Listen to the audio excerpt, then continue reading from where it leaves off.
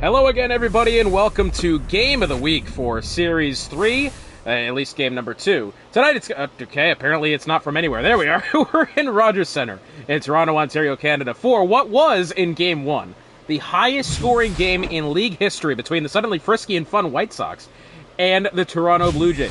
13 runs were put up between these two teams, and we're looking to see today if potentially we can get ourselves another barn burner. On the mound for Toronto is going to be Logan Webb. Should be a good game. This Skeens was on the mound for Game 1, and we're just wondering if potentially does Webb put in an equally good shift. That's definitely the hope for Brock, the manager of this Toronto side. As leading off for the White Sox is going to be Trey Turner.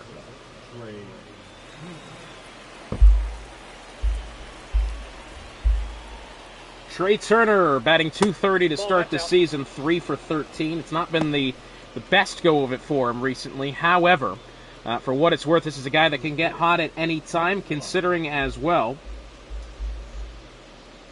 Does have a pair of stolen bases on the season, so if he gets on the mound, it's definitely a fair conclusion that he could do some damage. It's a 1-1 count now. For whatever reason, this is not letting me play side by side. That's a middle cutter that fouled away for strike number 2 to Turner. And here's the 1-2. Another changeup. Got him down the middle that time as well. Although that one is well fouled behind. We'll do it again. 1-2 from Webb. It's a sweeper low and away. Turner looking to get Chicago off to a hot start here. Of course, despite having won the game versus Toronto in Game 1, they still got a lot of work to do in the standings. According to the home plate umpire, that's a ball, and the count moves to full. With Ronald Acuna Jr. on deck coming after this, that's a tough situation to allow Trey Turner here, especially considering he is amongst the leaders in the American League with stolen bases, 3-2.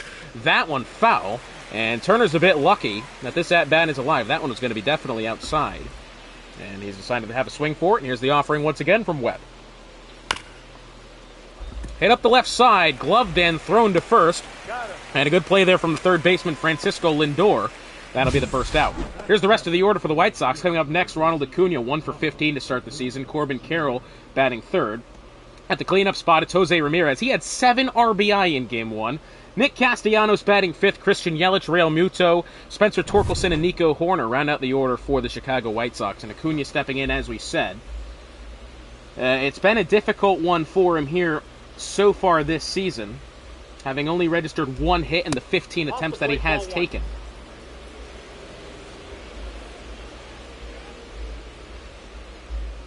So hopefully for his sake, he can have a good one here. 1-0 count. The sinker just a tick low in the middle, but it's 1-1.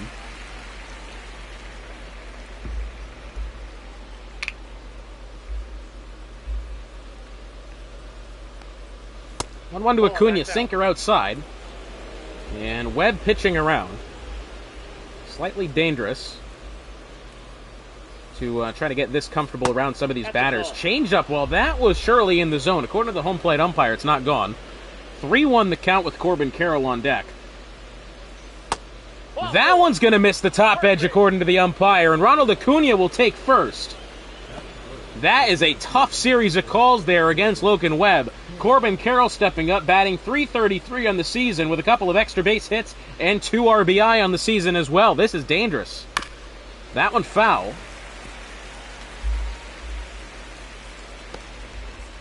Corbin Carroll, one of the best players of the White Sox last season. Definitely one of the most competent at the plate so far this season as well. Only one other batter on the team actually better in batting average. That is Jose Ramirez, who currently batting .384. With 2 home runs, 7 RBI on the season, all of which accumulated in Game 1 of this series. Sinker low, 2-1 the count.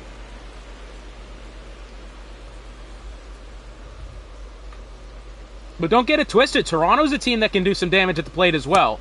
And I'm just wondering what the urgency is going to be like here if they do say, allow a run in this first inning. It's a 2-2 count to Carroll. 18th offering for Webb, which is a lot this early in the game, and that one's going to be fouled away.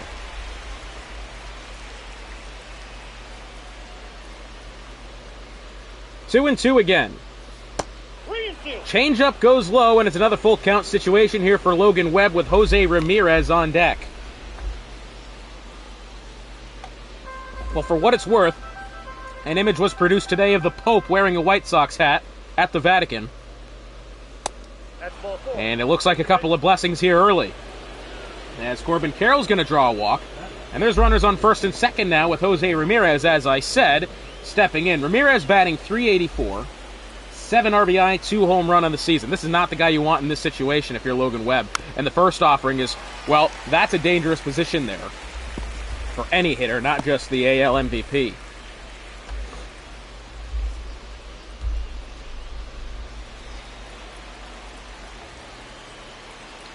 So this will be the 0-1. That one's going to get through for a base hit, and Jose Ramirez extends the hitting streak, may even have an RBI here, sliding into home at least one, and that'll make it a 1-0 game. Runners move to the corners, and Jose Ramirez has his 8th RBI of the season on a pretty routine base hit there that in any other circumstances would have really not amounted to very much. However, some woes here early for Logan Webb.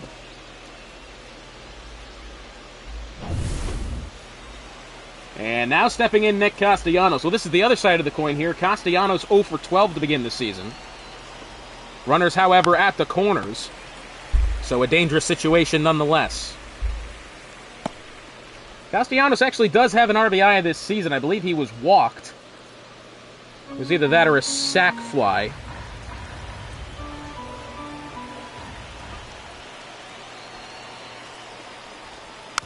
That one foul.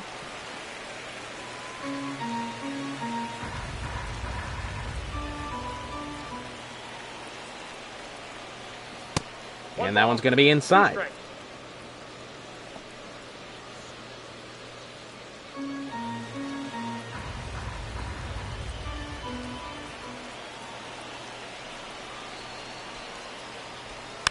And that one foul behind as well. 1-2 still the count. This will go for the 27th offering of the inning for Logan Webb. Dangerous already. We're only in the top of the first. And Castellanos will foul that one as well.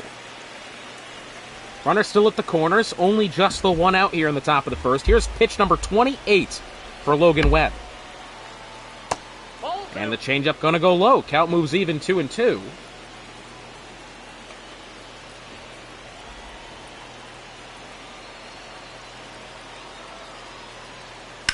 And that one hit on the ground foul, nearly taking out the shin of the umpire on first.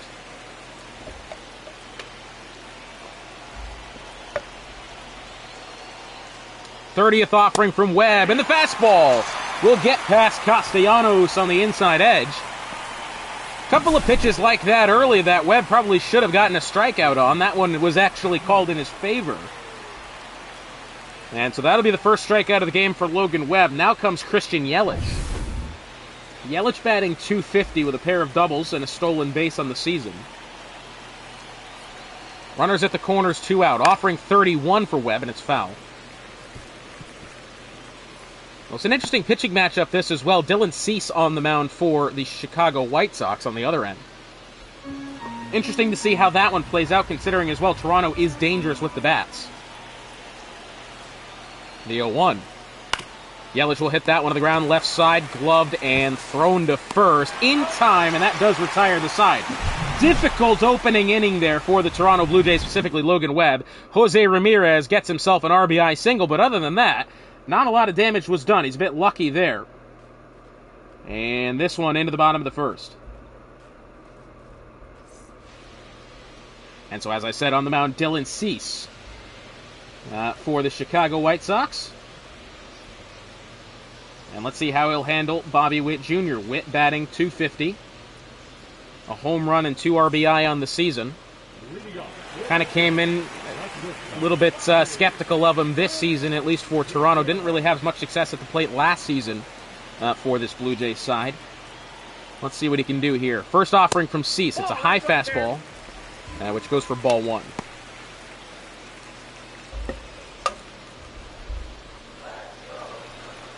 I think the big thing to look forward to here for the Blue Jays, there's still a lot of game left. It's another high fastball, 2-0. Yeah, a lot of game left, and if you're in this situation now where, you go down here early, you still have time to get it back. It's a matter of mentally, if you can, put that into your mind that you could do that. That one's going to go foul. Lots of cheers here in Toronto for a foul ball. Toronto on a bit of a heater in real life, actually. High fastball, 3-1 the count. As Bryson Stott, one of the leaders in batting average in the American League, is about to step up to the plate.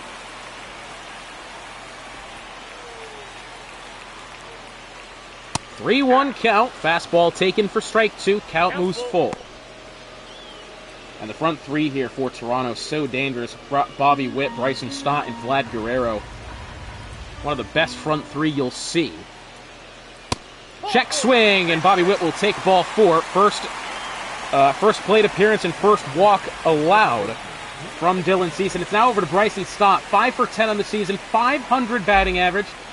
A couple of stolen bases and an extra base hit to go with it. But this guy, if you need someone to get on base, this is the one you want to do it. He has been a fantastic addition to the side this season for Toronto. Even last season, he was good. But he has really stepped into the picture for this Blue Jays team. As now the 1-0. Now check back over to first, and Bobby Witt is only just back in time. That was close indeed. The 1-0 hit on the ground left side. That one gets past Ramirez, and that'll be a base hit for Bryson Stott, who makes it 6 for 11 on the season. And that'll put a runner in scoring position, runners first and second with nobody out. That'll put the batting average up to 545 for Bryson Stott. And it's now Vlad Guerrero. He's batting .363, 4 RBI on this season. Believe it or not, none of them on home run. As that one hit on the ground left side, diving play from Turner at short, and he can't come up with it. I think that one's going to go down as a base hit, and yes, it is. Rightfully so. And that brings up Mike Trout with the bases loaded.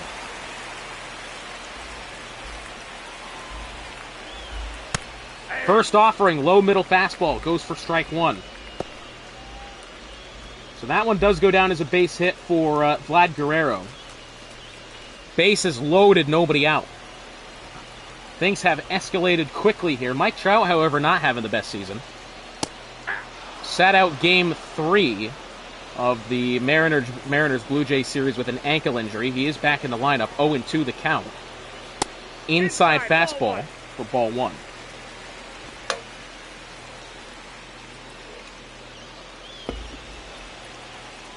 So Trout only 1 for 6 on the season. That one's going to be outside. Of course, nobody's going to advance. The bases are loaded.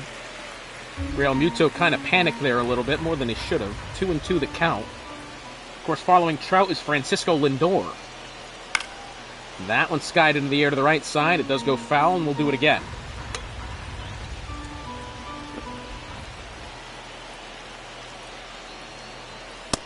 Ooh, high fastball. Swung on and missed for strike 3, and that will sit down Mike Trout. Bases remain loaded.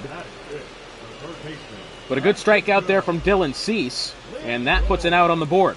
So now stepping up, however, if you thought the job was done, it gets even worse. It's Francisco Lindor. Batting .333 on the season, 3 for 9 with a home run and a pair of RBI. Fastball relatively off the plate there, goes to strike 1. Of course, as well, following Lindor is Teoscar Hernandez. He's also batting .330. A lot of good batters in this lineup for Toronto. That one's going to get away from Cease. 1-1 the count. Here's offering number 18. I think if the Blue Jays are to leave the inning with anything less than 2 runs, this would be kind of a disappointment for him. Has to be said, bases loaded. And business is definitely picking up for both pitchers involved. Low curveball, swung on and missed. 2-2 the count, as Lindor had a hell of a hack at that one and couldn't get anything to go. 20th offering of the game from Cease. That one up the middle, base hit. Might not be 2, but Carroll gloves it, throws on down to third. Guerrero sliding in, and 2 runs do score. Francisco Lindor, a 2 RBI single. And that does put the Blue Jays ahead 2-1. 4th RBI of the season for Lindor. That one was absolutely piped up the middle. And now it's over to Teoscar Hernandez, equally as difficult to pitch to, as he is also on a heater this season. As that one, however, foul. Hernandez also batting .330. He's got a pair of RBI on the season, as well as a double to his name. 3 hits, 3 RBI for Hernandez. Coming up next after him is Seiya Suzuki, one of the weaker batters in the lineup, although for what it's worth, is still batting .222 with a trifecta of RBI and a home run, 0-2, and that fastball going to be outside. Still only 1 out here in the bottom of the first. Runners on 2nd and 3rd. That one's going to get away from him. 2-2 the count. This will go as the 25th offering from Cease, and we thought that Logan Webb had thrown quite a lot of pitches in the first inning. Cease is going to match him here very soon. 2-2 to Hernandez. Inside, count moves to full.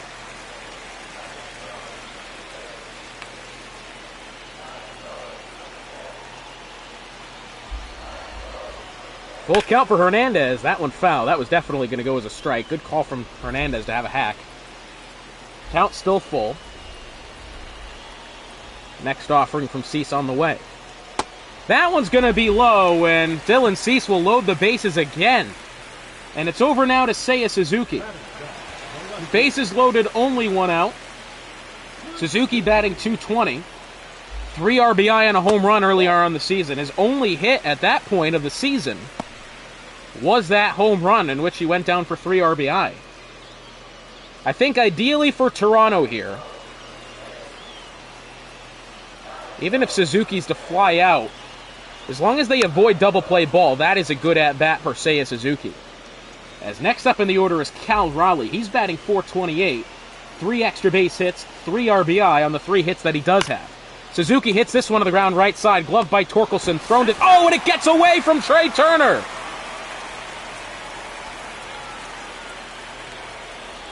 That one is going to get away from Trey Turner.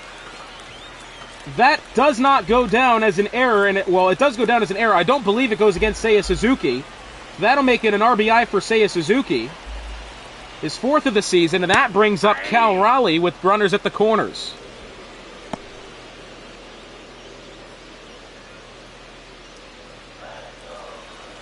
Well, no, that does still go against him because he has grounded into the fielder's choice. Outside curveball, 0-2. 0-2 is the count. Yeah, so that does go against Suzuki, although he does pick up the RBI. Cal Raleigh, as we said at the dish, 3 for 7 on the season, 0-2. And the fastball on the bottom edge does go against him. That is strike 3. But 3 RBI for the Blue Jays in the bottom of the first, and this one is in favor of Toronto, heading into only, by the way, the top of the second.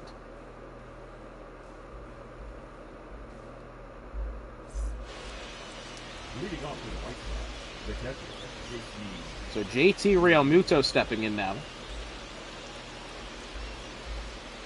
Realmuto, 4 for 13, batting .307 to start the season. Pair of doubles and a pair of RBI for him as well. Bottom 3 in the order, Realmuto, Torkelson, and Horner. The 0-1, that one fouled into Raleigh behind. Kind of caught it on the knee there. Lucky he didn't go down with some sort of injury. That one looked like it hurt. Strike 3, and he knew it. Realmuto goes down swinging. And that brings up now Spencer Torkelson. That one, however, is crushed! Spencer Torkelson! His first hit of the season is a shot to the second deck. And it's a 3-2 ball game.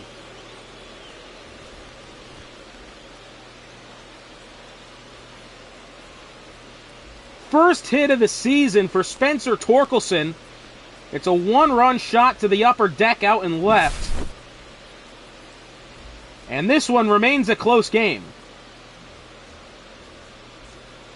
And we thought Logan Webb was going to start to kind of get more comfortable there up on the mound. And as it turns out, that's not at all what's happened. Whoever wins this game, it's going to be about the bats here. 437 feet out to left. Incredible for Spencer Torkelson. Webb does remain on the mound. Nico Horner, the batter. He's 3 for 11 on the season. That one's hit pretty well, although foul.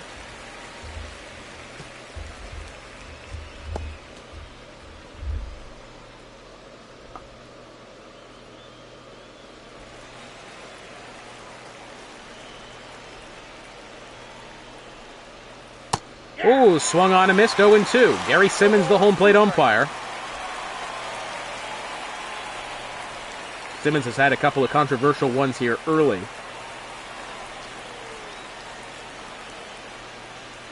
And the 0-2 from Webb, and Horner's going to foul that one.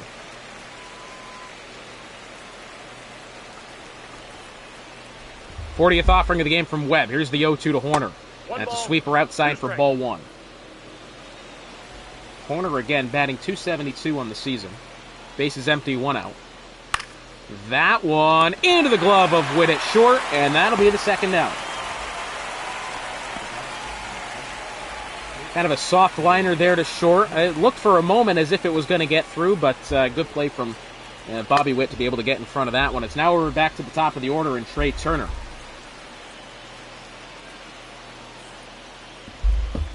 First offering, head on the ground, up to short. Witt gloves, makes the play. Yes, he does. And that does retire the side. So Spencer Torkelson, however, absolute moonshot out to left, and this is a 3-2 ball game heading into the bottom of the second.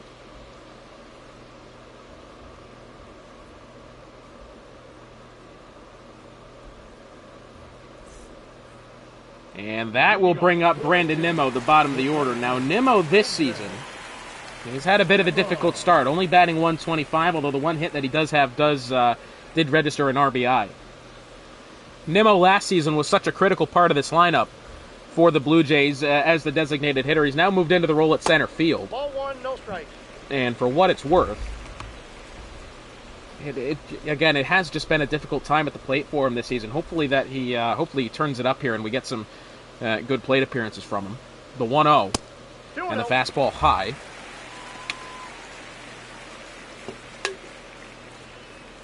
Cease's going to have to start getting this one back under control, especially with how power-heavy the top 5 in the order is for Toronto. He's got to make sure, as Gary Simmons going to call that one a strike as well. That's a tough call. 2-1 the count, as that only goes for strike 1. Offering 37 from Cease. That one skied into the air. That one does appear to be going very foul, and yes, it does. 2-2 the count. That one foul as well. And we'll do it again. Just a reminder, coming up next, we got the San Diego Padres as they visit the Miami Marlins for Game 2 of that series. Nimmo is going to swing and miss, and that'll be the first out. And that drops Nimmo to 111 on the season. It's now over to Bobby Witt, the top of the order. He was walked in the first inning. 3 for 12 on the season, 2 RBI, batting .250. Got a home run as well. Let's see what he can do here. Pitch number 40 for Cease. Slider finds his own 0-1.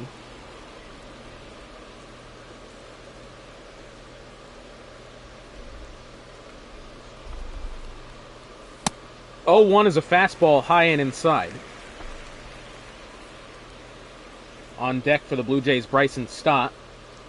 Of course, as we said, one of the best batters in the American League. Curveball swung on and missed for strike 2.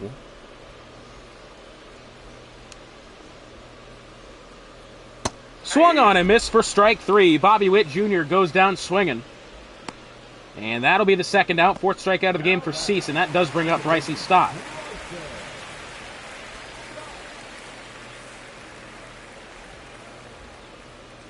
Stott's already 1 for 1 in today's game. 6 for 11 on the season. That one foul. Kind of an ugly swing there.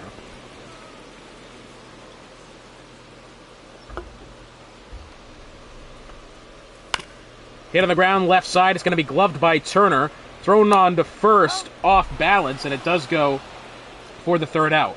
Ronald Acuna, Corbin Carroll, Jose Ramirez. The next 3 do it for the White Sox as we head to the middle inning. So here comes Ronald Acuna. 1 for 15 on the season. He was walked in the first inning. Let's see what he can do here. First offering from Webb. That's hit up the middle. Gloved by Stott. Thrown on down to first. Very fast throw from Witt. Sorry, that wasn't Stott. It was Witt. And yeah, somehow he was able to make that play. Very nicely done for Bobby Witt. And that'll bring up Corbin Carroll.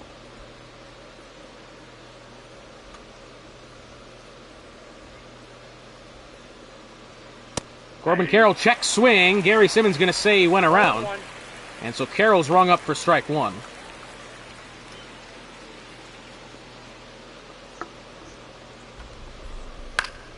That one foul, 0-2.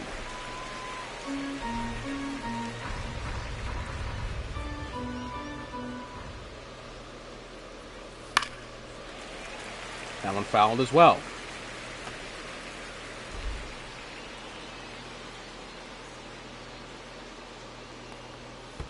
That one's going to be in the dirt. That'll go as ball one. 1 ball, 2 strikes to count.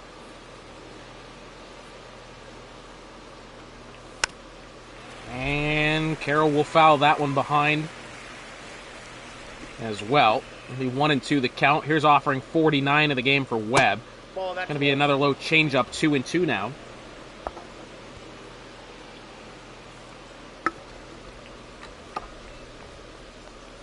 Two and two from Webb. That one hit well but foul, and we'll do it again.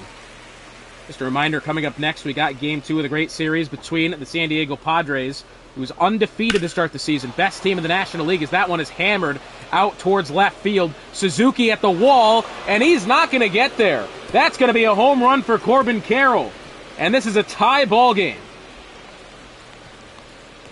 380 feet out to left, and Carroll's got this game tied at 3 apiece.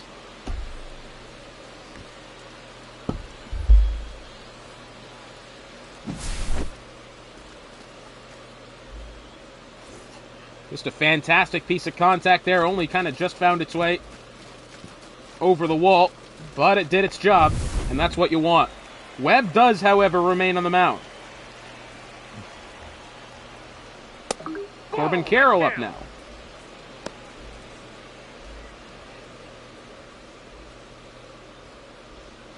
First home run of the year for Corbin Carroll. Jose Ramirez, the batter. He's 1 for 1 with an RBI in today's game as well.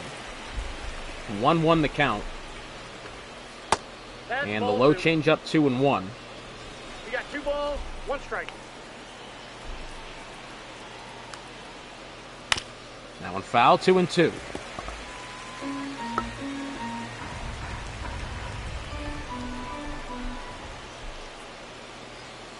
That one's going to be inside. Count moves to full with Castellanos on deck. Castellanos as well, still looking for his first hit of the season. That one foul. We'll do it one more time. Here's offering 58 for Logan Webb. Curveball, changeup kind of hung there. Back at the wall. Trout jumps and not able to make the catch. It's back-to-back home runs for the Chicago White Sox. His 3rd home run of the season. And this is a 4-3 ball game.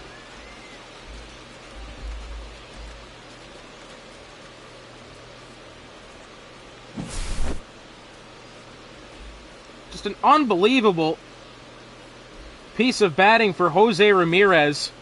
Almost every time he steps to the plate, you just know he's going to do something spectacular. And he's done so again.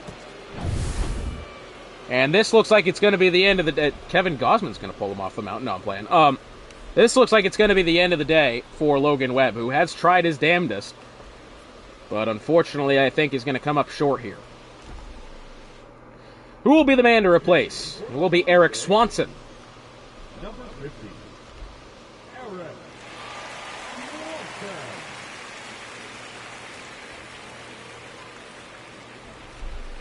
So Eric Swanson steps into the game with Nick Castellanos stepping in.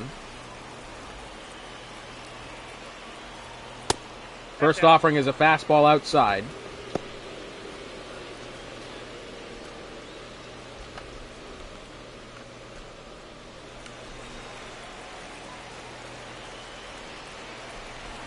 7 runs scored this game already, and we're only halfway through. Fantastic as Yimmy Garcia and Nick Sandlin warming up in the bullpen for Toronto.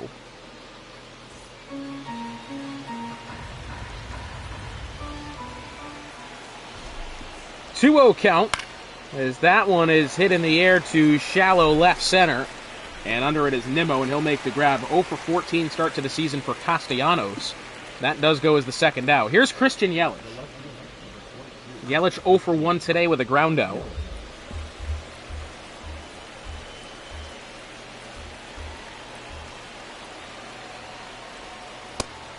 And the fastball low.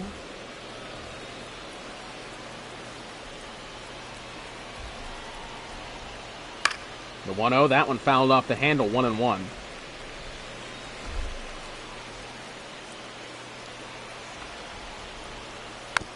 That one foul.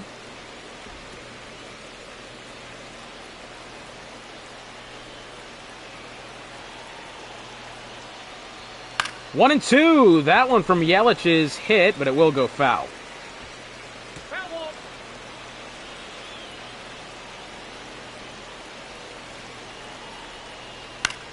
That one as well hit in the air, virtually same spot as the last one. And we'll do it again.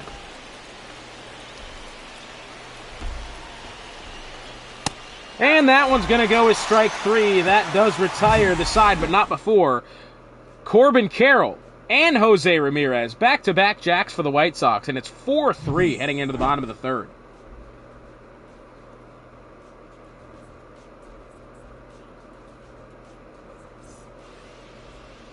So stepping in now for Toronto is going to be Vlad Guerrero. Guerrero 1 for 1 today. Batting .416 on the season. Dylan Cease still in the box. That one is hammered in the air towards right. Back at the wall, however, Acuna is going to make the grab at the warning track. That one looked much more hit than it actually was. And that'll be the first out. However, now stepping in Mike Trout.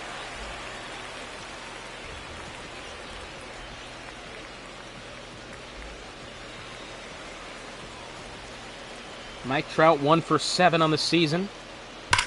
That one is going to be hit pretty well in the air to center, but caught on the line by Carroll, and it's 1 for 8 to start the season for Mike Trout. It's not gone according to plan for him. And now it's over to Francisco Lindor. And believe it or not, it appears that in 3 pitches or less, well, we'll say 5 pitches or less, I don't know the exact statistic, Dylan Cease could retire this Blue Jay side. Here's a look into the bullpen. Liam Hendricks and Cam Booser warming up for the White Sox.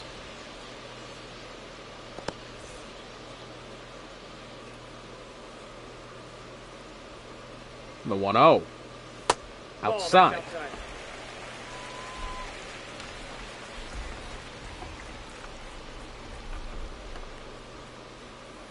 And the fastball, 2-1 now.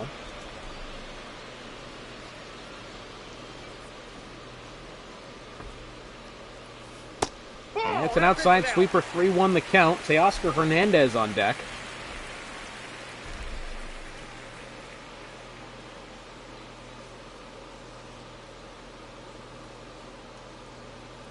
Here's the 3-1 offering, curveball. That one's going to get through for a base hit. Over to the corner, out and left is Lindor. He'll pick himself up a base hit here, potentially. No, I was going to say it might be 2. It won't be, though. As Lindor held it first, some quick defense there from the White Sox. This looks like it's going to be the end of the day for Dylan Cease. A little bit of a bold call here from the manager. But that's going to do it for Cease. Who will they bring on? It's going to be Liam Hendricks. Liam Hendricks did not have a good game last time out. Ended with what we call a yes hitter. And believe it or not, I'm not making this up when I say this. According to the game and the box score at the end of it, he ended with an infinite ERA. I do not know how that is possible, but on 0.0 innings pitched, he gave up enough runs to have an infinite ERA. Could you believe that? Runner on first, 2 outs, bottom of the third. Teoscar Hernandez and his .333 average stepping up. First offering from Hendricks is a strike on the inside edge. As about to head into the top of the fourth in a little bit. This has been a fantastic ball game. Back and forth a couple of times so far.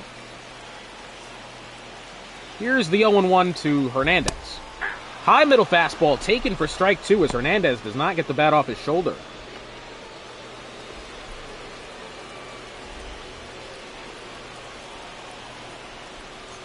Oh, and 2, and fastball on the inside corner, strike 3, and he knew it. And Liam Hendricks sits down the battery, faces 4-3 White Sox heading into the top of the 4th.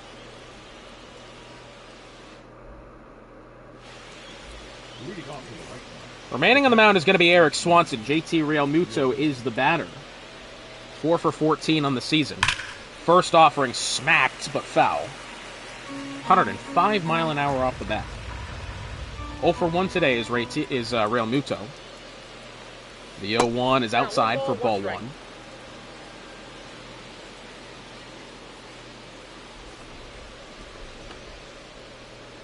One and 1 to Realmuto. That one skied in the air. Looks like Stott is going to be the man under it for this one, and he'll make the catch for the first out. And that'll bring up Spencer Torkelson, who's homered in this game for his first hit of the season.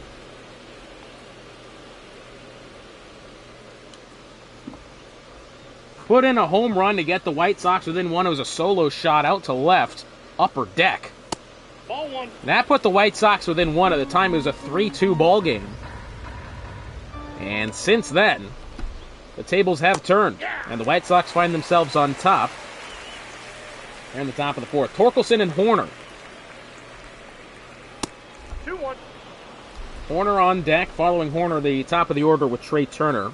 It's a 2-1 count to Torkelson. That one lifted in the air, foul to the right side.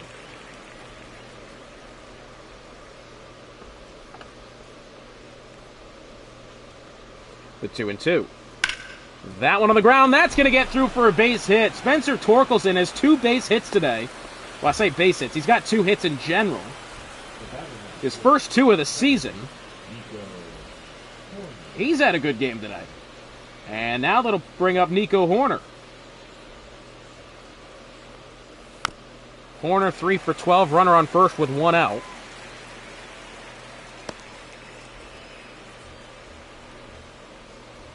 Horner lined out earlier in this one. Pitch number 19 for Swanson. Check swing. Splitter goes 0-2. That one's going to find the zone no matter what. 20th offering from Swanson. The 0-2 to Horner. Strike 3, and he knew it. Didn't even get the bat off his shoulder. And that'll be the second out. That brings up Trey Turner.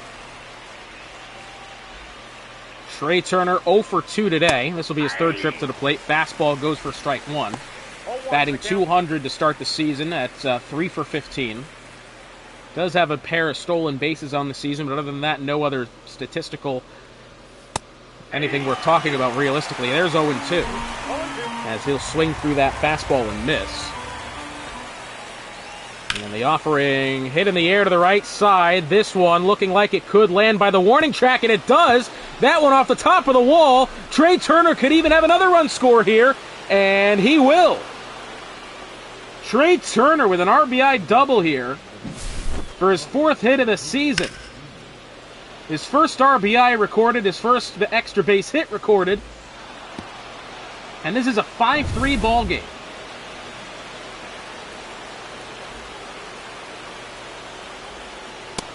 And that brings up Ronald Acuna. He's 0 for 1 today. Runner on second with 2 outs. Acuna looking for his 2nd hit of the season. 1 for 16. It's not been good for him. Slider, 0-2. There's only a couple batters batting similarly terribly to Ronald Acuna.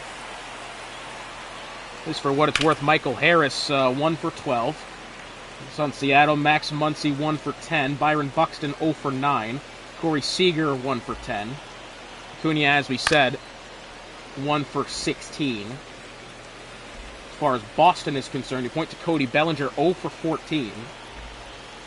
Strike 3, and that'll be another out there for the Blue Jays, the 3rd of the inning. Trey Turner, however,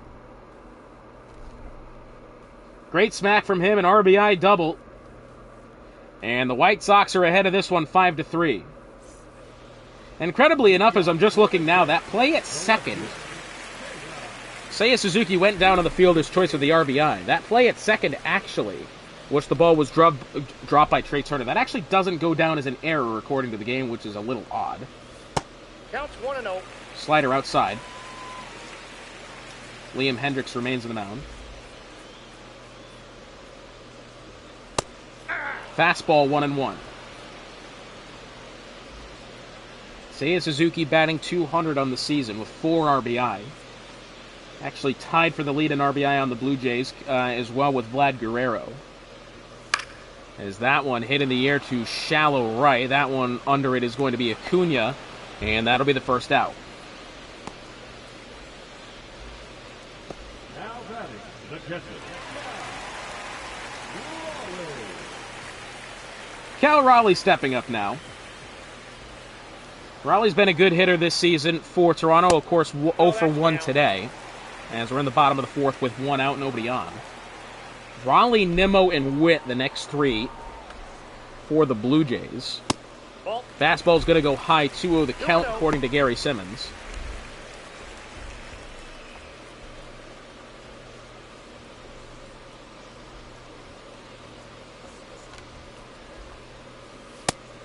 Fastball down the middle.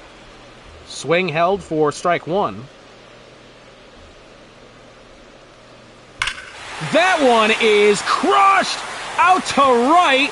Cal Raleigh, with his first homer of the season, gets the Blue Jays within 1.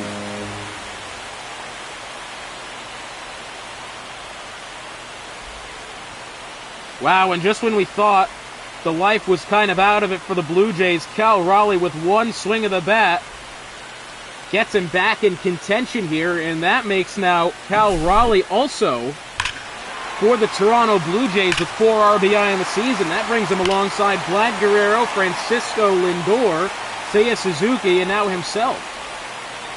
Not the farthest of home runs, but as soon as it left the bat, you knew that one was going to clear the yard, and it has. And it looks like the manager is going to preemptively pull Liam Hendricks off the mound. Who will they replace him with? It's going to be Cam Boozer. Number 71.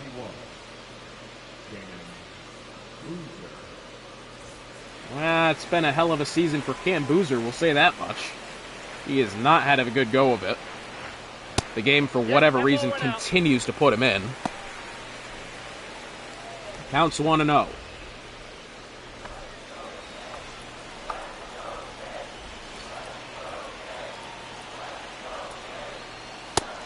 And the fastball inside, 2-0 the count.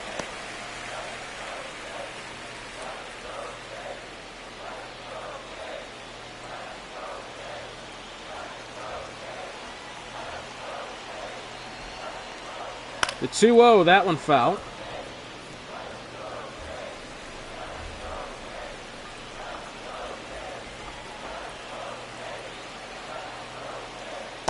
Swung on and missed 2-2. That one was close.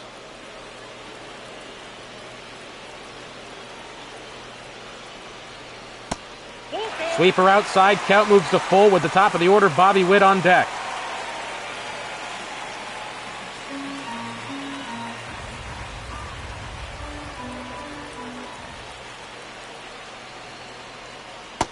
And the curveball sat on for strike 3, and that'll be the second out as Nimmo watches that one find the zone.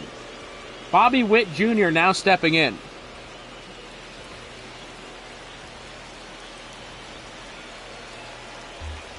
First offering, hit on the ground right side, gloved by Torkelson, and that will retire the side. So Cal Raleigh brings the Blue Jays within 1. The White Sox still in the lead 5-4 as we head to the final inning.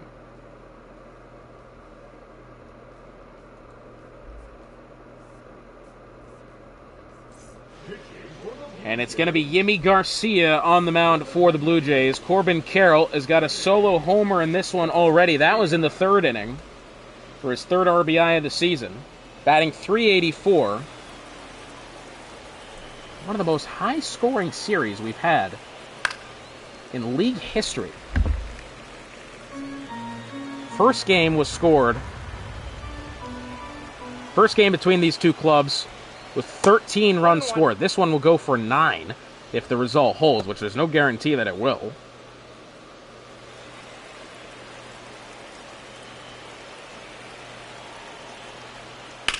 Into the ground, right side. That's going to get through for a hit, and Corbin Carroll's got another hit today. Carroll continues to roll at the plate. Oh, and by the way, now comes Jose Ramirez. Ramirez batting .466 with 9 RBI on the season. He's 2 for 2 today. And the high curveball goes for strike 1. Runner on first, nobody out.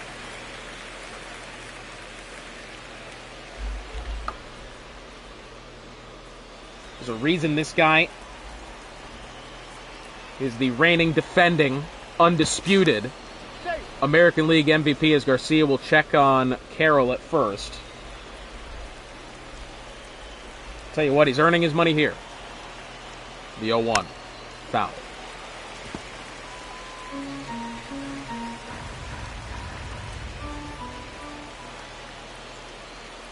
That one inside. Carroll's actually going to go... Ramirez is going to go down swinging at what has to be said. That was rather nonsense to be swinging at that one, but he has. That's going to bring up Nick Castellanos, as there's 2 outs here. Castellanos 0 for 14 to begin the season. Nope. Fastball, outside 1-0. Sorry, I say outside, bottom of the zone. Misses low. 0 for 2 for Nick Castellanos. He had a soft liner out to short in his last at-bat. Runner still on first. Sorry, only 1 out. 2 balls, no strikes. Sweeper low and away.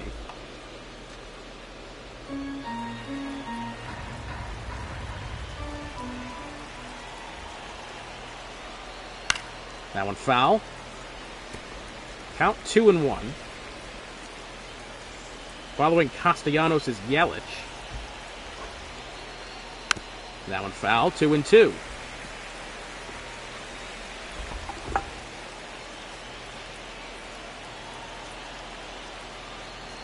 Two and 2 to Casti. That one foul.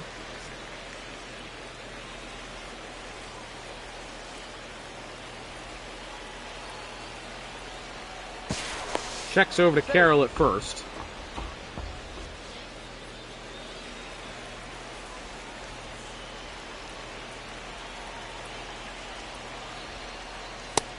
Check swing, and that one's going to go with strike 3 as Gary Simmons. Well, I think that one found the zone anyway. But Castellanos 0 for 15 to begin the season, and Christian Yelich steps to the plate. Yelich 0 for 2 today.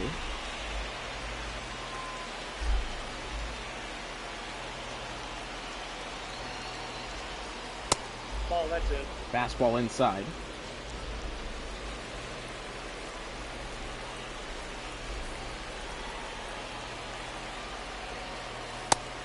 And that one's going to find the zone 1-1.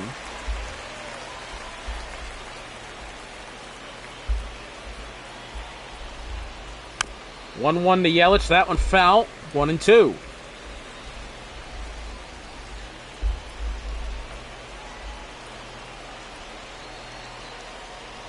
One and 2 to Yelich. That one on the inside of the plate. Bit of a wild swing on the curveball, but fouls it away. And keeps the at-bat going. That one hit to the ground right side, but as well goes foul.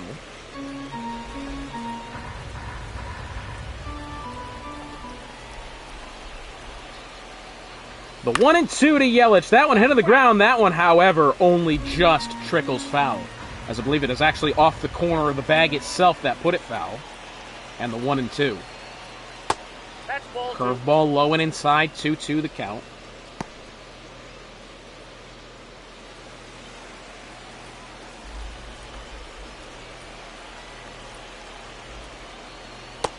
And the low curveball goes 3-2. JT Realmuto on deck.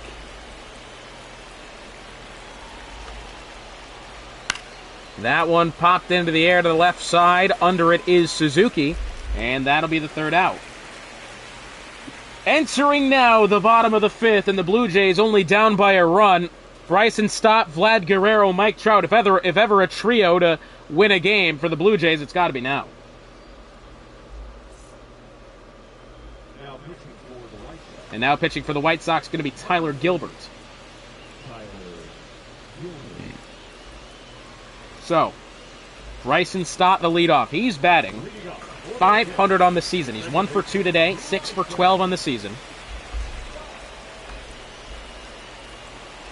And for Toronto, again, if ever a time to come back alive, it's got to be now. Keep in mind that if this game does go to extras, that'll be Christian Yelich, the runner, on second for Chicago.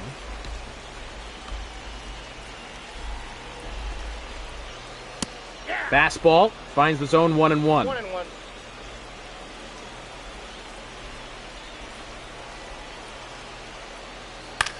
Stott will put that one in the air to the right side, back towards the, shy of the warning track. That'll be in the air and caught by Acuna for the first out. Now batting, the first baseman. And so now stepping up, Vlad Guerrero. Vlad Guerrero, 1 for 2 today. 4 RBI on the season. Yet to record, actually, his first homer, though. Next two due up for the Blue Jays, Mike Trout, Francisco Lindor. That one foul, and that'll make it 1-1. I worry about Mike Trout right now. He hasn't really done well this season at the plate. That one's going to be outside, according to Gary Simmons. 2-1 the count. Guerrero, that one's going to get through for a base hit, and Vlad Guerrero will make his way to first. And the tying run stands on first base with Mike Trout stepping in.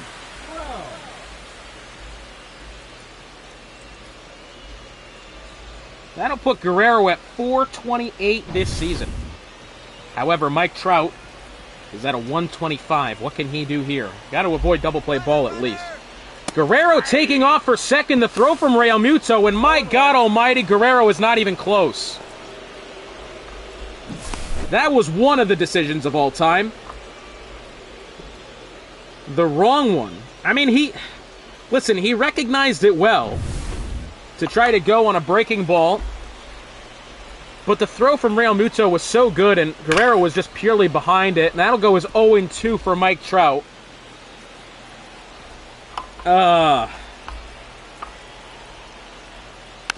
Foul behind. Trout stays alive for now.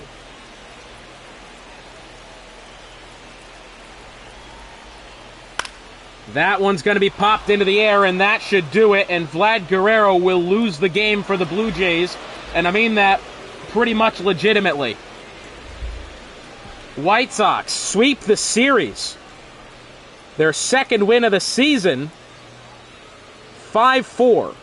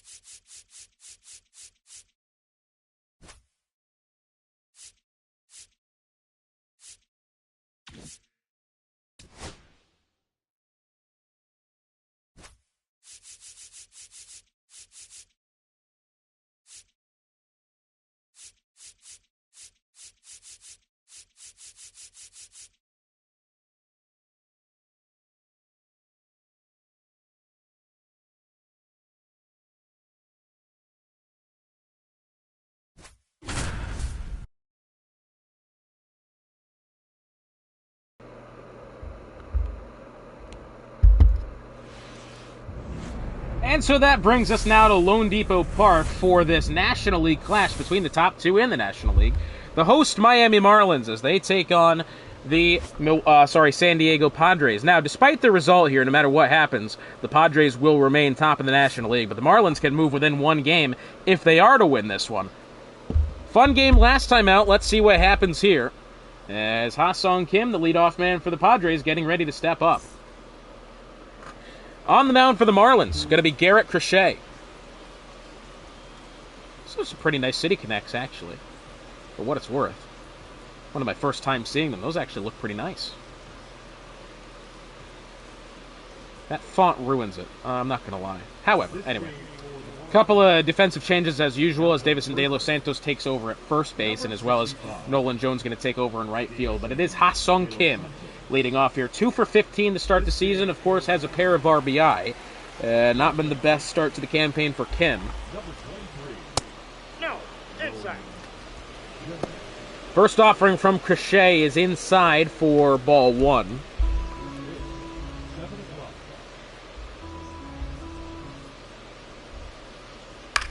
That one foul behind, 1-1.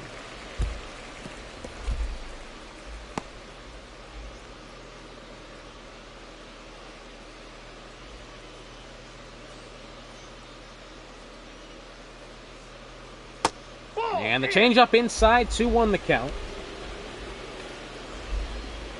The San Diego side currently, that one's going to be foul. San Diego side currently home to one of the joint leaders in RBI this season. That's Gunnar Henderson with 5 in the National League, as well as Jazz Chisholm's got 5 as well. Ha-Sung Kim's going to swing in this for strike 3.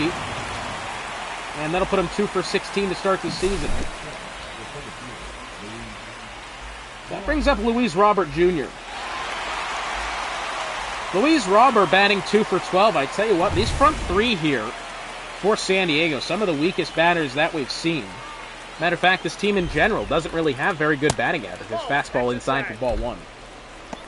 Ha-Sung, let's just go down the list here of who is actually currently below Mendoza. Ha-Sung Kim now batting 125, Robert 166, Murphy 090, Langford 142, and Arenado 111. By the way, is that Jackson Merrill? Only 0 for 2, I believe it was kind of a late roster addition there. Or I think he's pinch hit a couple of times. It's going to be a 2-1 count to Robert. Padres, some of the lowest scoring teams in the National League, despite being undefeated this season. That one's fouled away, 2-2.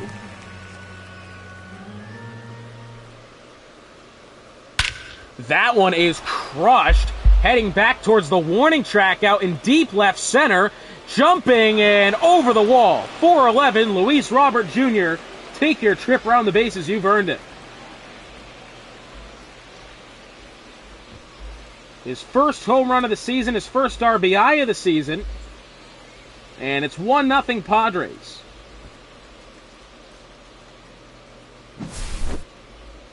Well, just as we were talking about some of the batting woes for this team, obviously Rivera is going to go up and do something like that. 411 feet. Out to pretty much dead center. I mean, come on now. That makes it over to Gunnar Henderson. Batting .250, 3 for 12, 5 RBI in the season with a pair of homers. Ball 1, no strike. As I was talking about, this San Diego side, some of the lowest scoring teams in the National League. If we go over their list of results, 2-1 versus Milwaukee, 1-0 versus Milwaukee. That's in Series 1. Series 2, 4-1 versus Atlanta, 2-0 versus Atlanta. Then, of course, so far 2-1. So that 4-0 game versus Atlanta, the most runs they've scored in a series so far, in a game so far this season at 4. Strike 3 as Gunnar Henderson is going to go down swinging.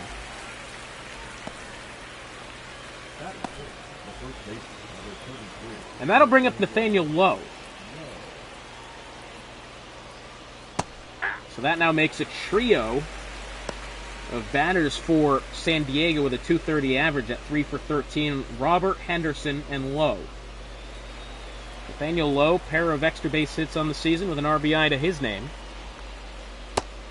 Sweeper on the outside edge, it's 0-2. Just a reminder, we do also have Game 3 of the Boston and Detroit series. That'll be coming up later in the week. Is that one's going to get down for Lowe? Yes, it will. Out to the corner and left. That one's probably even going to be extras. That one's going to be thrown away there, as Nathaniel Lowe is going to get to go to third on a bad throw from the left fielder, Brian Reynolds.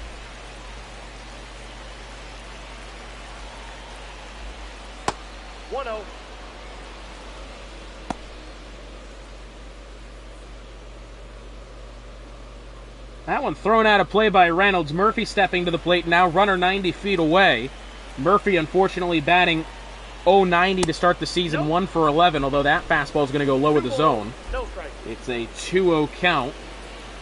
As here's the 20th offering from Crochet. That one's going to be hit over to De La Cruz at short, thrown over to first, and that is going to retire the side.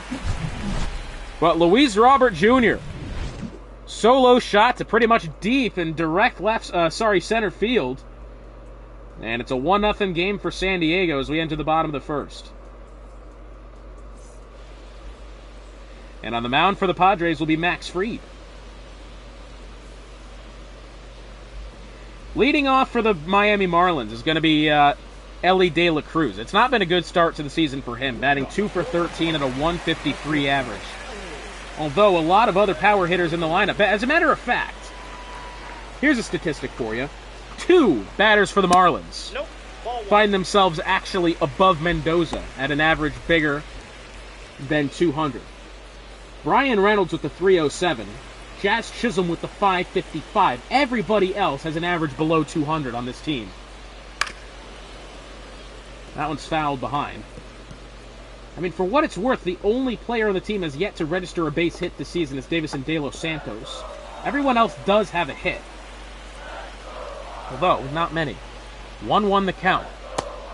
That'll make it 1-2 as the changeup pretty much down the middle. De La Cruz looks at it.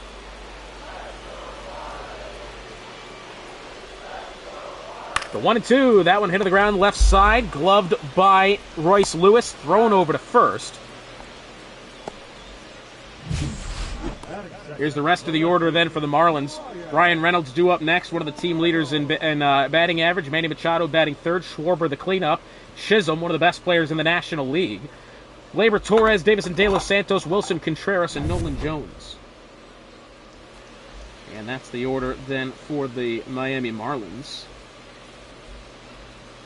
So by the way, that puts De Los Santos at a De La Cruz at a 142 this season. Brian Reynolds 4 for 13, batting 307, 3 extra base hits. 3 of his 4 hits this season have been for extra bases. Only 1 RBI though. Ball. Fastball outside, 1-1.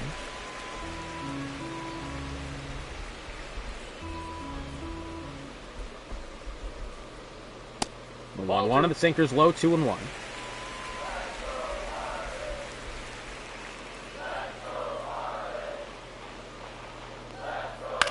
That one kind of off the inside of the plate. A little bit of a blooper, but it will be caught by the right fielder of Jackson Chorio. Batting third, the third baseman. So that brings up Manny Machado. Machado batting 2 for 12, 2 RBI on the season for him.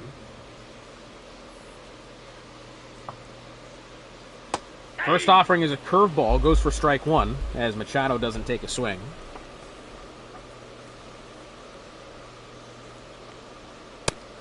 Check swing. Home plate umpire is going to ring up Machado. And that'll make the count 0-2.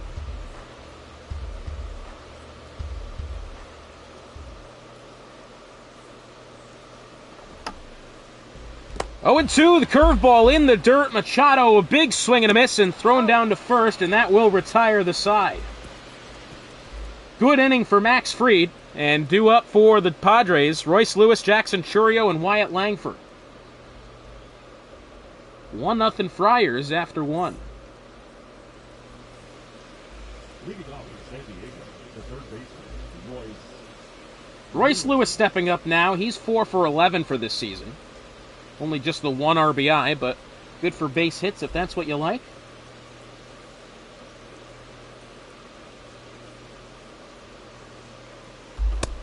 Check swing. Cutter finds his zone anyway at the high middle. It's 0-1.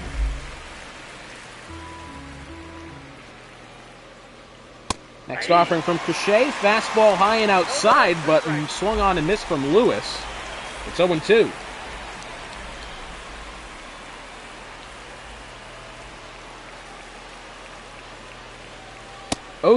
He's going to sit on that one. 1-2 now. Lewis, Chorio, and Langford. Of course, the 3 immediately due up here as that one's hit in the air to the left side. This is going to trickle foul. And that one does, as a matter of fact, go foul, so that will keep the at-bat alive. Here's offering 25 from Crochet of the game. And sweeper, according to the home plate umpire, inside. I'm not sure Crochet liked that one.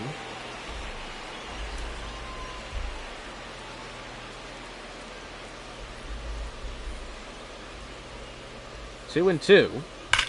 That one crushed, but I don't think it's going to stay fair. No, it will not. 9 feet outside the pole to the left. 2-2 the count for Lewis. Could have his first homer of the season. Instead, he's going to swing and miss for strike 3.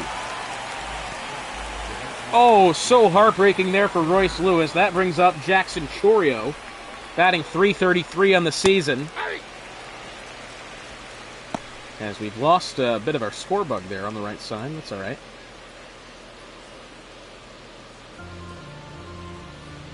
I just kind of like this better. Not usually the one for minimalism, but looks pretty good. That one's going to be popped into the air. Over forward is going to be De Los Santos in foul territory, and he'll make the grab. That'll be the second out. That now brings up Wyatt Langford. 1 for 7 to start the season. 1 hit of the season was nothing spectacular. He's batting .142. And let's see what he can do here. First offering from Crochet. That one foul.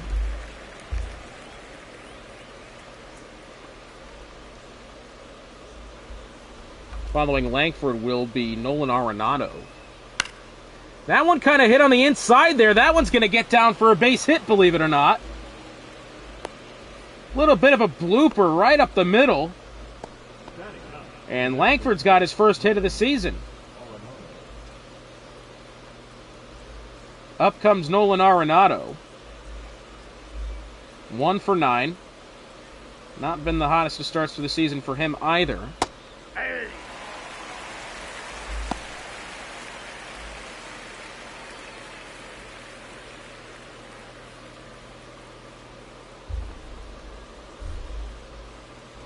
Second hit. Yes. Taking off for second is Langford. The throw, it's not going to be on line. And Wyatt Langford's going to have his first stolen base of the season.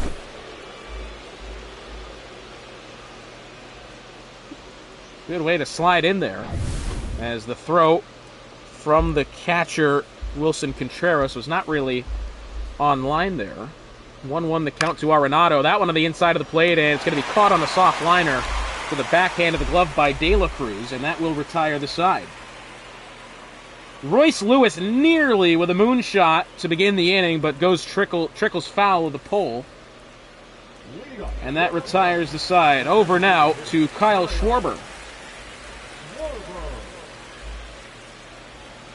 Schwarber 1 for 10 to begin this season. It's not been fantastic for him either. That one was hit pretty well, but foul.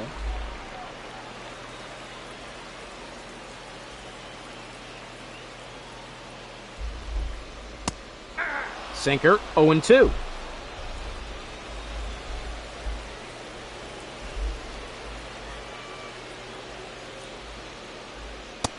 And the sinker, not a fastball, goes for strike 3, and it's now over to Jazz Chisholm. Chisholm, one of the best players in the National League this season, batting .555, 2 home runs, 2 extra base hits, 2 stolen bases, and 5 RBI. One of the brightest lights shining for Miami. And let's see what he can do here. Second offering is going to be popped into the air, and that one should be an easy catch there for the third baseman, Royce Lewis, and it is. And so that'll be the second out. Gleyber Torres now stepping up. Gleyber Torres, again, not a good start to the campaign for him either. 1 for 10, although his one hit did register an RBI. The man who was a Golden Glove contender last season, suddenly, it's not been going very good for him. There was a time where you really thought he was going to be in for the, as well. Really thought he was going to be in for the Silver Sluggers, but missed out on that. Had a great season last season, don't get me wrong. 0-2 to Torres. And in 19 pitches, Max Fried sits down each of the 6 batters he's faced.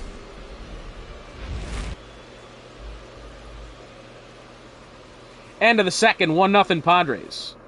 Marlins have an error. Yeah, that's got to be from the throw out on the left by Brian Reynolds. Ha-Sung Kim, top of the order here for the Padres. He's 0 for 1 today, 2 for 16 on the season. Fastball, according to the home plate umpire, not in the zone, and it's ball 1. That's a tough call, especially considering that's pretty much on the line.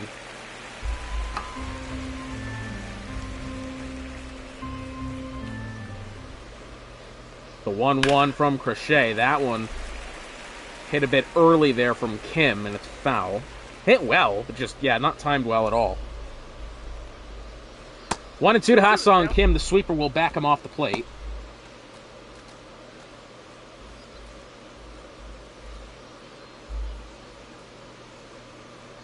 Two. Changeup's going to go low. Count moves to full. Luis... I'm an idiot. Luis Robert on deck. Into the ground, left side, gloved, thrown over to first, and that'll be the first out. Good play there from the third baseman, Machado.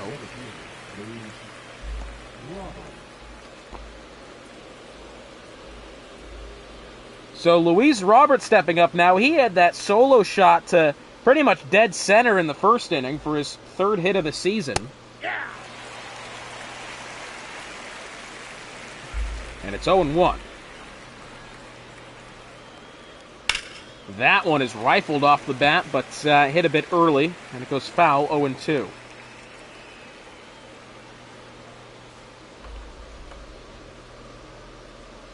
And the cutter. 2 strikes.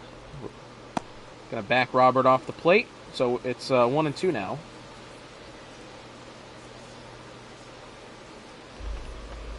One and two, high fastball, swung on and missed. Not anywhere close to it, realistically. Let's be fair. And that'll be the second out.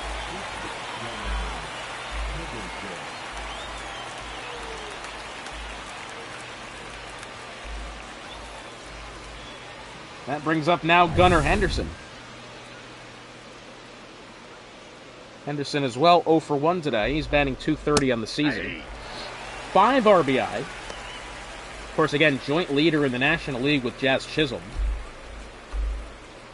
Also joint leader in the National League in home runs with 2, with 4 other players. The 0-1. Nope, outside. 0-1 offering is outside. Okay, to the ground, right side, gloved and thrown to first, and that will retire the side.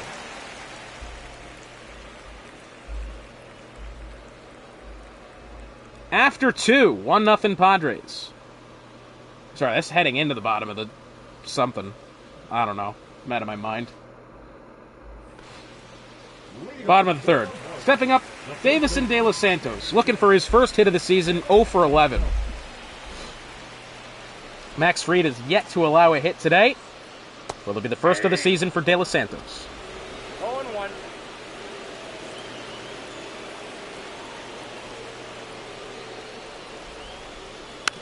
That one foul behind, 0-2.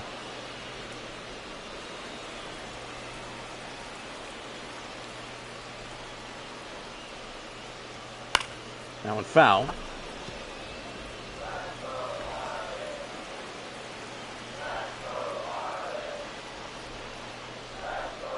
On the curveball, that one foul.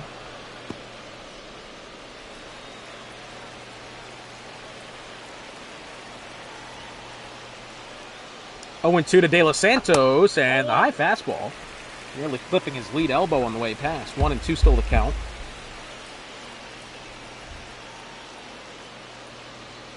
Swung on and missed well early. And that'll make it 0 for 13 for De Los Santos. 4th strikeout of the game for Fried. And that brings up Wilson Contreras. Contreras, 2 home runs, 2 RBI. Those are his only 2 hits of the season, by the way. And he's 2 for 11. Let's start the season here. 1 out, bottom of the 3rd. And again, what has to be said, a very low-scoring game. We've had some absolute barn burners in the American League. As far as the National League is concerned, these have been, I'm not going to say mundane games, because we've had a couple of fun ones. Last time out as well. 1-1 the count. Hit on the ground, left side, gloved by Henderson, thrown over to first. Whoa, that one looked high. What is going on? Just some good baseball happening here. Home run in the first inning from Luis Robert Jr. has the Padres ahead 1-0. Otherwise, it's been a slightly mundane game, although to this point, Max Fried is yet to allow a hit. And here's Nolan Jones. Nolan Jones last season, the starting left fielder for the St. Louis Cardinals, the team that was actually, in the regular season at least, best in the league. We all know what happened with the Cardinals last season. Mayer did hit 2 homers today. Let me tell you something. I have been the biggest critic of Marcelo Mayer, and to see him actually succeed, very, very good. I'll say that. I'm happy to see it. I really am. How did Roman Anthony do? I hear he got his first hit, I think it was yesterday. Wasn't I don't know about how he did today, if he did play. It's a low fastball from Fried. 3-2 the count. And I believe, for what it's worth, this may be the first base runner of the game allowed for Fried. As Ellie De La Cruz getting ready to step up, he's on deck here. At the very least, he'll lead off the top of the next inning. Full count here to Jones. And Jones is going to pop that one straight up in the air. And that'll make it a 1-for-9 start to the season for Nolan Jones. And once again, the Marlins go down in order. Nathaniel Lowe, Sean Murphy, Royce Lewis. Next 3 due up for the Padres. Entering the game is going to be Anthony Bender. Oh, today was his first hit. Okay. Figured out. I thought it was either today or yesterday. Yeah. Very good. That's what we like to see. Anthony Bender stepping in now. Of course, it's a bit of a difficult decision putting on Anthony Bender when you're only down by 1. And Nathaniel and this Padres side, despite being undefeated this season, again, as we've said, one of the lowest scoring sides in the entire league. Their biggest win of the season was a 4-1 victory versus Atlanta And I think it was game 1 of that series. Sunoco in the bullpen warming up for Miami. Nathaniel Lowe batting .285, one of the best batting average players on the team for the Padres. That was hit on the ground, gloved by Torres, thrown to first, and that'll be the first out. Now batting, Sean Murphy stepping up now. I tell you what, it's been a difficult start for him as well, batting .083 to start the season. 1 for 12. Yeah, not ideal. Although that one hit well. Let's be fair. That one hit pretty solidly. Although it does go foul. And a low sleeper. 1-1. Had an absolute barn burner earlier on between the White Sox and the Blue Jays. That one's hit to the ground left side. That one's actually going to be called fair. As, however, it is taken into the glove of Davis and De Los Santos, and that'll be the second out. So that'll make Murphy 1 for 13 on the season.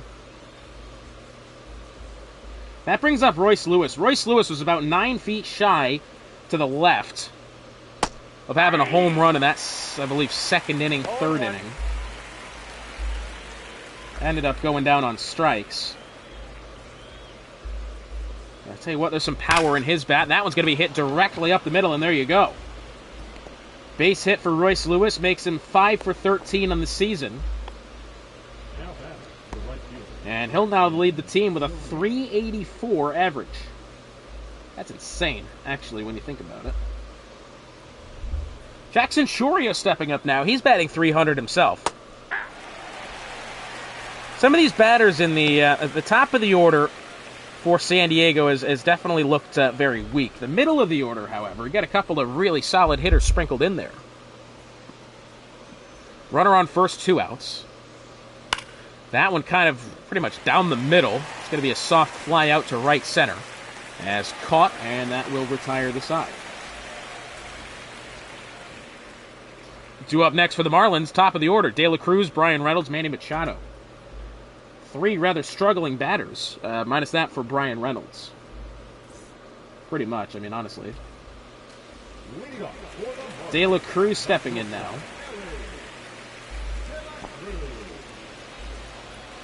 De La Cruz has not had the best time as well this season. He's 0 for 1 today, 2 for 14 to begin the season at a 142 batting average. That one is hit, but it is going to end up foul.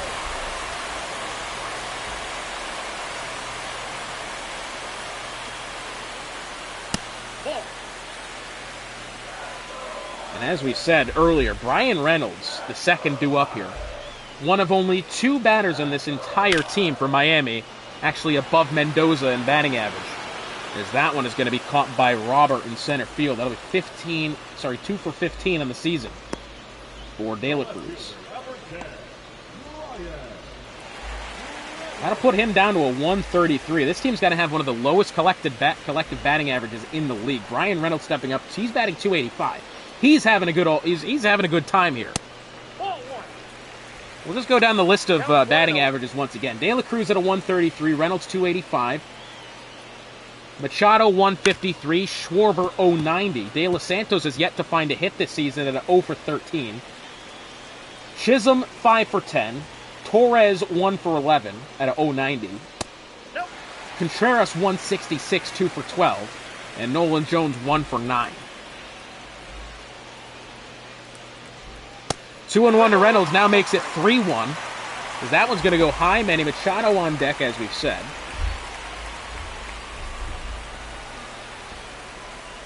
Bottom of the 4th, 1 out. Nobody on base. 3-1 offering to Reynolds. That one foul. Count moves to full. As we're only entering the 43rd offering from Fried. High fastball, chased and missed. Brian Reynolds goes down on strikes. 5th strikeout of the game for Fried. And even still, he continues to roll here. Manny Machado stepping up. Machado 2 for 13 on the season. Does have a pair of RBI. Sweeper finds the bottom edge of the zone, 0-1. As this Marlins team has just struggled at the plate this season, save for Jazz Chisholm, save for Brian Reynolds. The 0-1. That's a curveball low and away. 1-1. 1-1 the count.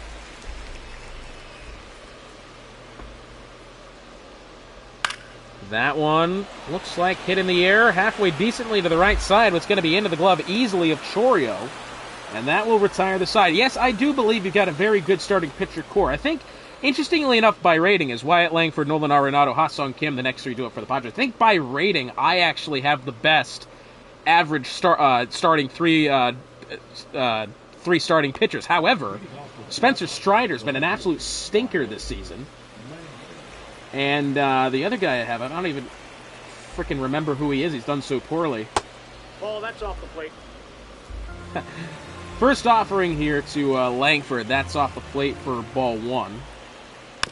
That one foul behind. I think you do have genuinely some of the best starting pitchers. That's absolutely for sure. I do believe that. Some of the best in the league, definitely. 2 balls, 1 strike. Yeah, I mean, genuinely, I should be doing better. Spencer Strider, who threw a no-hitter in Game 1 of Series 2. And then Blake Snell got cooked. Reynaldo Lopez got cooked.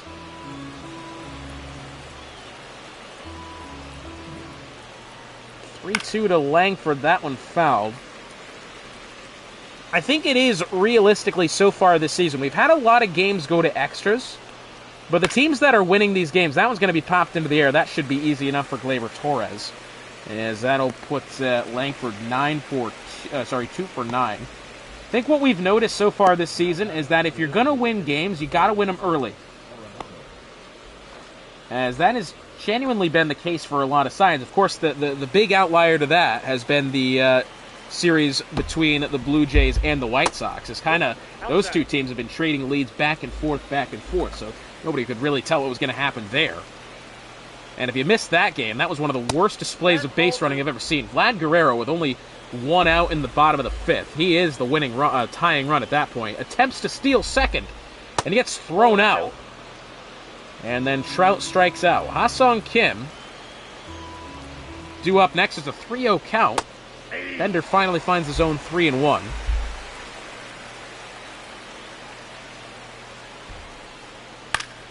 Foul. Count moves to full.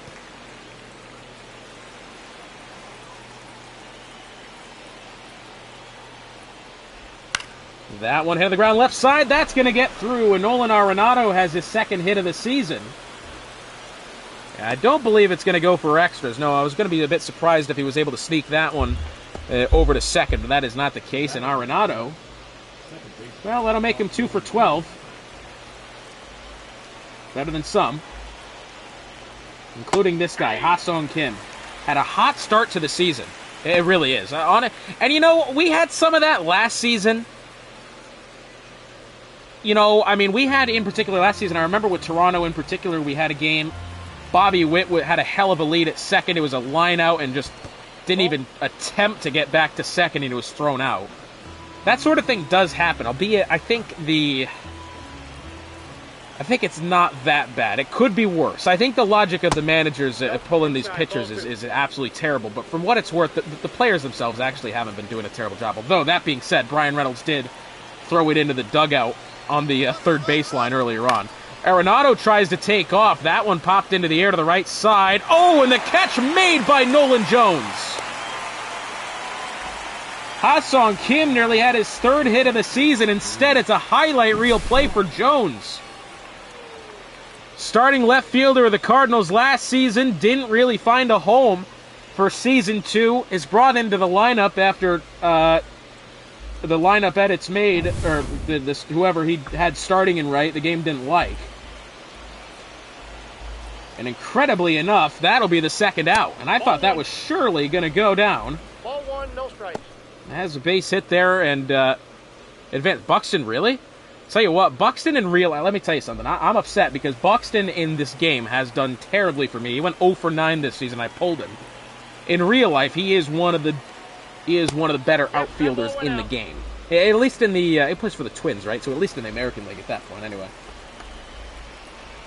2-0 the count to Robert. Bender on his 29th offering. Kind of a high middle fastball. That goes for strike one.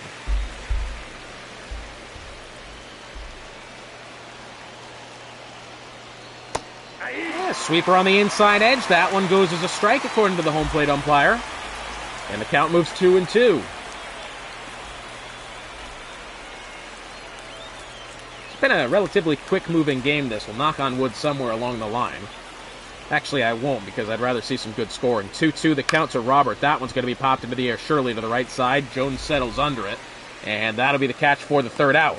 So, Miami down by 1, heading into the bottom of the fifth. However, Max Fried still on a no-hitter. Kyle Schwarber, Jazz Chisholm, one of the best batters in the National League, and Gleyber Torres, the 3 due up for the Marlins.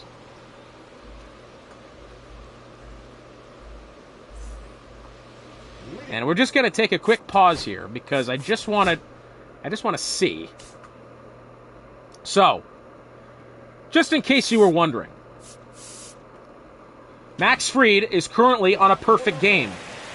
However, the Marlins down by 1. Kyle Schwarber stepping up. Fastball, 0-1. Fried is 3 outs away from a perfect game. Strike 2 is another high fastball chase. Swung on and missed. 0-2 to Schwarber. That one foul. Fried only about to throw his 50th offering. That one foul. 0-2 still the count. Again, Fried 3 outs away from perfection. And that one hit on the ground right side, and it's all going to come crashing down as Schwarber picks up his second hit of the season. And just like that, perfection no more. By the way, Jazz Chisholm, the most dangerous hitter in the National League, currently batting .500 at 5 for 10, a pair of home runs, and 5 RBI, as Kyle Stowers is going to be the pinch runner here, is currently at the plate. First offering, sinker inside.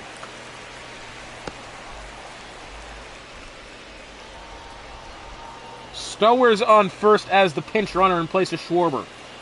The 1-0 the count to Chisholm.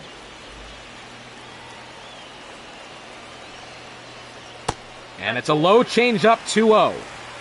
Look into the bullpen. Suarez warming up for San Diego. Suarez has been a hell of a reliever this season. That's why this team is undefeated, 5-0. However, with one swing of the bat from Chisholm, that one could get down, and it will. That'll put runners on first and second as Jazz Chisholm, 6-for-11. To begin this season, it's unbelievable. .545 batting average. However, the problem now, it's over to Gleyber Torres. No outs, 2 runners on. Gleyber Torres batting .090 this season. He's 0 for 1 today. Although, again, one good swing of the bat and this game could end. And it could hand San Diego their first loss of the season. Does it happen? Following Torres is Wilson Contreras. Even double play ball here puts that runner on second at third and gives Contreras an opportunity to tie the game. Curveball hit in the air out towards left center. Robert will settle under it. It was not hit very well, let's admit. And that'll be the first out, preemptively thrown down to third. And now it's over to Davison De Los Santos. I apologize, it's not Contreras.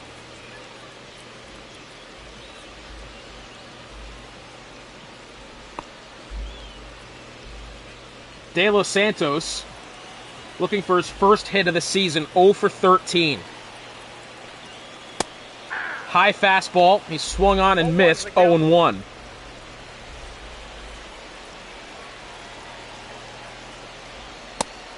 Fastball on the bottom edge, 0-2.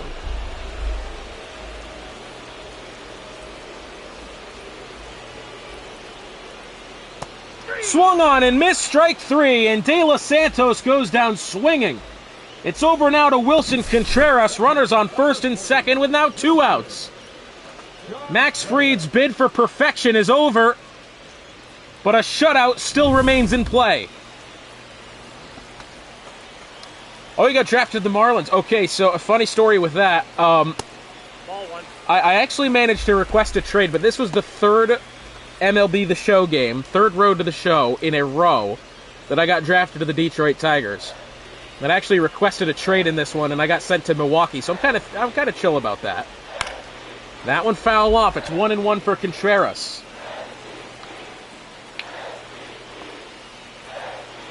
Contreras 2 for 12, 2 RBI in the season, 2 home run. That one hit up the middle. That could score at least 1, potentially even 2. Contreras, the throw headed for home, tie ball game. Contreras was not headed for home, I apologize. Runners now at the corners with 2 outs, as Contreras has his 3rd hit of the season and his 3rd RBI. Every time this guy has gotten a hit, it has been in a clutch capacity. And this is a tie ball game. And that looks like it'll be the end of the day for Max Fried. Well, what a game he did have up until this inning. Hey, for what it's worth, if you do play for the Rockies, at least you'll get called up quickly. What you know about them Hartford Yard Goats, bruh? Griffin Jack. You know, I saw a statistic the other day, because I do love statistics. I am a nerd above all else. Hartford Yard Goats as a AA club has been around since 2017. 1-0. They've had 76 players called up to the main roster since then. And by the way, 14 from last season's AA club alone. That AA team was actually the best in Northeast for the first half of the season. Oh, he already got called up. Well, there you go. Hit on the ground. That one gloved. Oh, it does go foul. That one was close. 1-1 to Jones. High fastball, 2-1. Again, no matter the result today, San Diego's going to stay atop the National League. It is a matter of if they will go undefeated throughout the first 3 series. 2-2. By the way, keep in mind, whoever the final out here is for Miami, if it is Nolan Jones, he'll be the runner on second for extras. That one hit in the air to the left side. It will be gloved and caught. This game cannot be contained by the 5 innings. However, Wilson Contreras gets the Marlins back even here in the 5th inning. Once you get to 70 overall, they call... Is that right? Huh. That makes an abundance of sense. I'm just a little surprised. I didn't know that, actually. Huh. I think my guy's a 67 anyway. I haven't really played much Road to the Show this season, I'll be honest with you. It is fun. I like doing it. It is the best career mode anyway in any sports game. Just because you can play every game and advance so quickly. So you get to 70 in AA, you get called up straight to majors. Well, see, that would make sense. I was batting about 500 in AA to start the season. Gunnar Henderson stepping up. I do not know. That must mean it is Luis Robert, the runner, on second. Jeremiah Estrada enters the game. Runner on second, nobody out as we are in extra innings.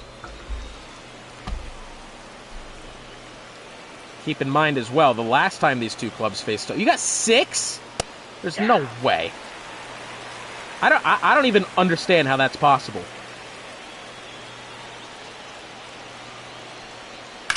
That one hit in the air well. It's if you haven't checked the Sin chat, not General, but the other one, Moose has put in he's put in the image of the Pope with the White Sox hat. Coincidence? I think not. And I have to say, that is absolutely true. Listen, what a week it's been for the Chicago White Sox in general. They had a penguin throw out the first pitch, and then a Pope shows up to the Vatican with a White Sox hat on. Luck is no coincidence. Gunnar Henderson, however, ends up unlucky here, and he goes down on strikes. Estrada with a good first at-bat here. Starting pitcher, third base, shortstop, closing pitcher, and two-way. I couldn't play as a starting pitcher, though. I actually had a starting pitcher in Show 19.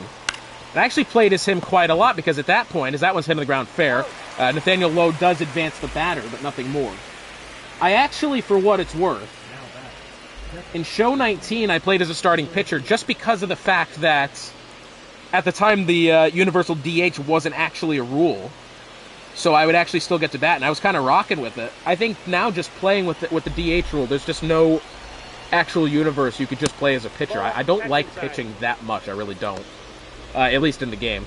Two-ways are fine. I think the problem with two-ways, though, is that it makes the experience longer, which I kind of don't already appreciate, honestly.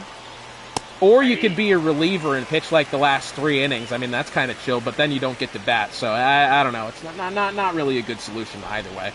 Not a big fan of the being pitchers in this. Though I will say, my shortstop's done all right. 2-1 the count to Murphy. Jeremiah Estrada's pitched a good outing so far.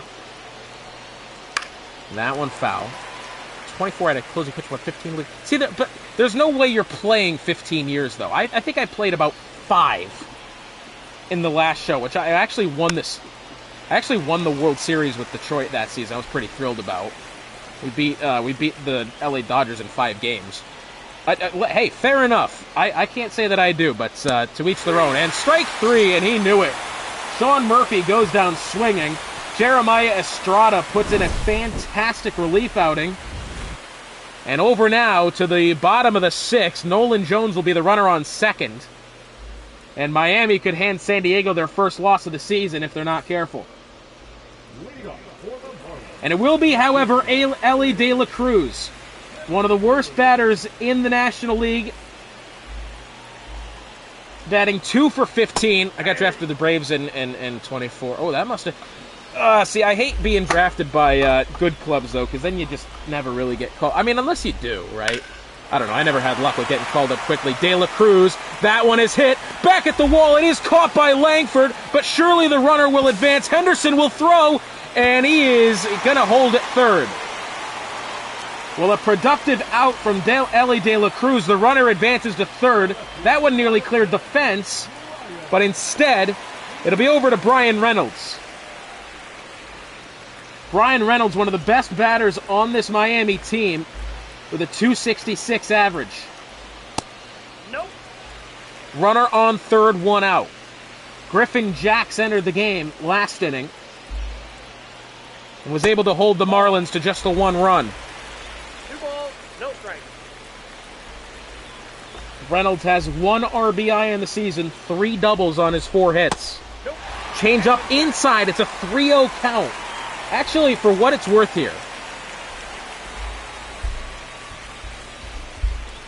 I don't remember if I did or not. Hang on. I don't think I have. I can't remember off the top of my head. I'll have to look in a minute. 3-0 count to Reynolds. That one's going to miss low. Runners now at the corners with 1 out. It is now, however, over to Manny Machado, batting 142 on the season. He could win it here for Miami, or he could ground into a double play, whatever happens first. I'm interested. Let's find out. That one is crushed! Manny Machado single-handedly hands San Diego their first loss of the season. See you later. Good night.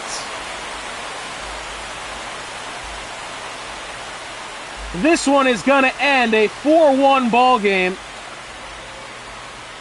It's a 3-run shot for Manny Machado. He now moves to 5 RBI on the season. What a game. And for the first time this season, San Diego has looked beatable. And in fact, they have been. That one hammered out to right. As soon as it's off the bat, you know it's gone. Manny Machado does the unthinkable for Miami, and this one is over. This ball game ends 4-1. Jeremiah Estrada picks up the win. Griffin Jacks with the loss. And only just 1 game left. I have no idea how far that one was hit. It didn't tell me. I'm assuming it was over 400 definitely, but it only made it up about 6 rows out in right center. So I don't know, probably 420 would be my guess. It did not give me the graphic to tell me, though. I'm going to go ahead and enter that result. Wow, what a game that was. Can't check in. You can? All right, let's find out. Game log. Oh my god, there's a lot of writing.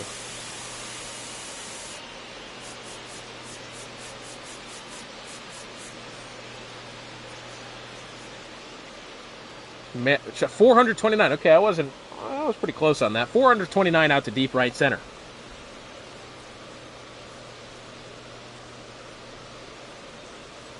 Huh. Helpful hint. 107 off the bat is insane. Here's just a quick look at the box score and everything. Again, for what it's worth, Max Fried had a perfect game going until the 5th inning.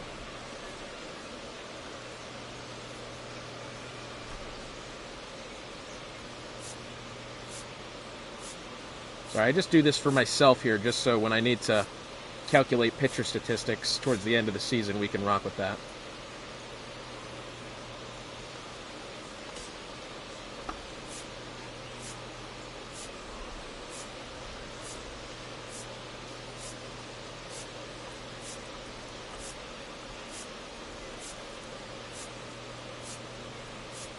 So Estrada does pick up the win. Interesting. Griffin Jacks actually got the win in Game 1 of the series. But that's not going to matter now. And incredibly enough, still only the first loss of the season for the Padres, despite being one of the lowest scoring clubs in the league. And that puts Miami now within 1. 5-1 on the season for San Diego, 4-2 on the season for Miami, both even at +5 on the run differential.